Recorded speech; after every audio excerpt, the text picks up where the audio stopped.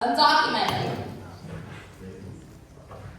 Anything else? Anything else we hear or think of when we hear immigrant? Criminal. Criminal. Lots of folks. We can go to the next slide. You can skip ahead.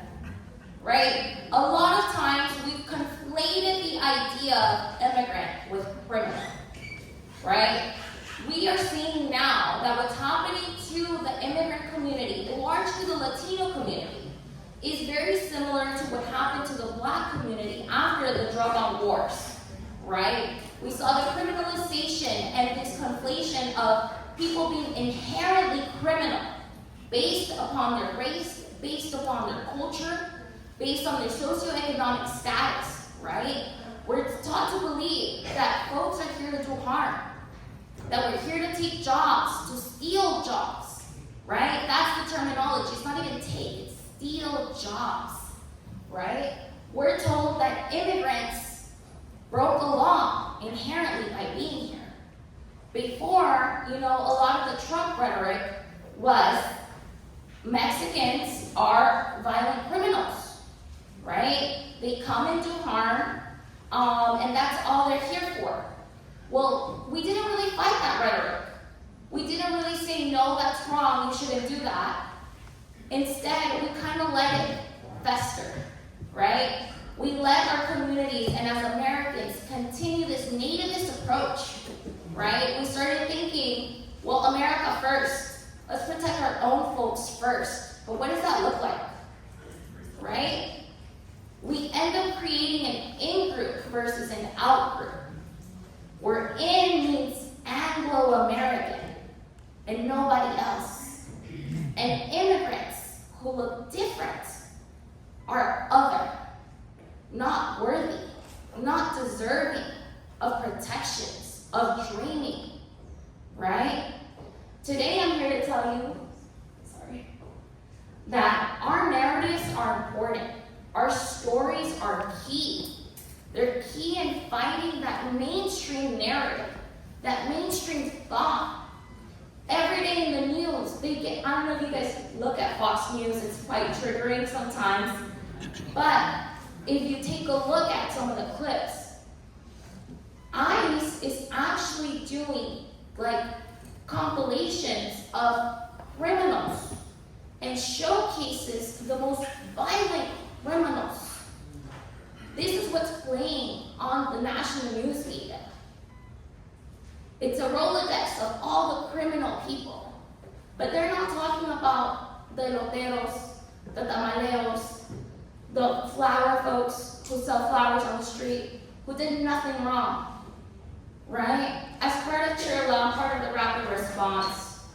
I've had the sad reality of having to go to the Home Depots, having to go to the corners where we have a vibrant, bustling, a community of street vendors who get taken without any notice, without any warning. ICE does their detentions in under 10 minutes. They're in and they're out. And there's very little that we can do as a community unless we start talking proudly about how this is a city of immigrants. We just looked at the numbers, right? All of us have been touched by either immigration ourselves or someone close to us has been an immigrant who has helped us learn about empathy and compassion. So, to tell you a little bit about public narratives or stories of self, right? Typically, we have a challenge that happens. For many immigrants, that challenge is in their home country, right? Typically, they have to make a tough decision. This decision is often influenced by their values, right? It can be a very hard decision to have to leave everything you know, everything you're comfortable with, your whole way of life, your language, your food, the economy, even the currency, right? Typically, immigrants have to make this hard decision to leave. oftentimes, they have to ignore the bureaucracy. They have to ignore the rules. And yes, sometimes they break the law. But often, it's not without reason. Immigrants don't come here flaunting their money and saying, I'm here to do this or that, right? It's because of struggle. Because of their fear that something might happen to them in their home country.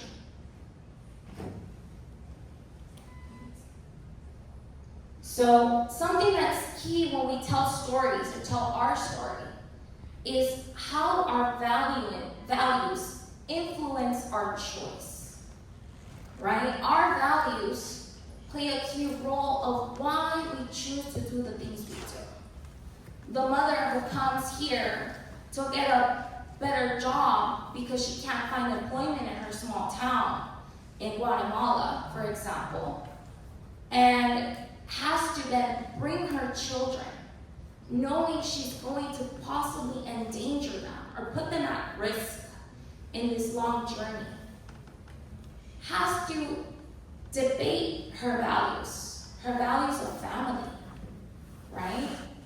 Do I endanger my children and stay with them, or leave them behind and no longer become involved in their lives? I personally work with immigrant youth who come from all walks of life.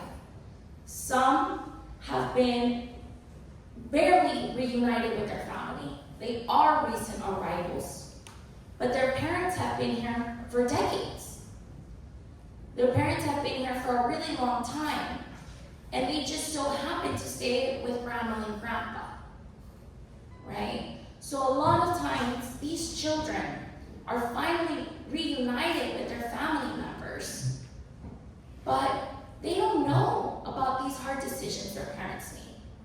They don't truly understand all the values that had to be compromised, possibly, in order to be able to make the decision to come here, knowing they wouldn't have status, possibly never have status.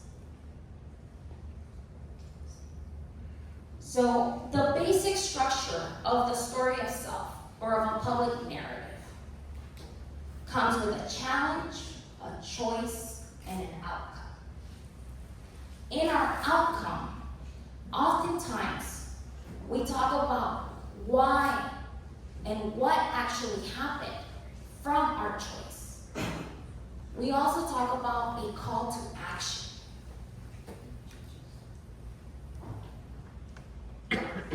We often talk and move people with our stories, okay?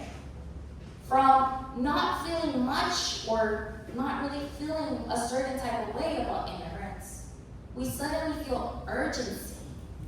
Or maybe we're angry at the system.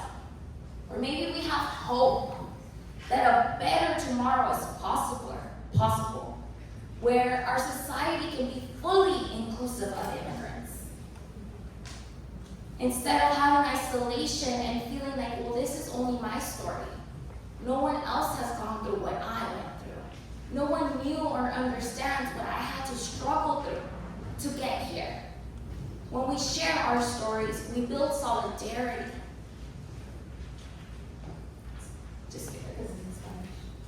So right now we're going to play a couple of videos that our comms team has prepared and shared on our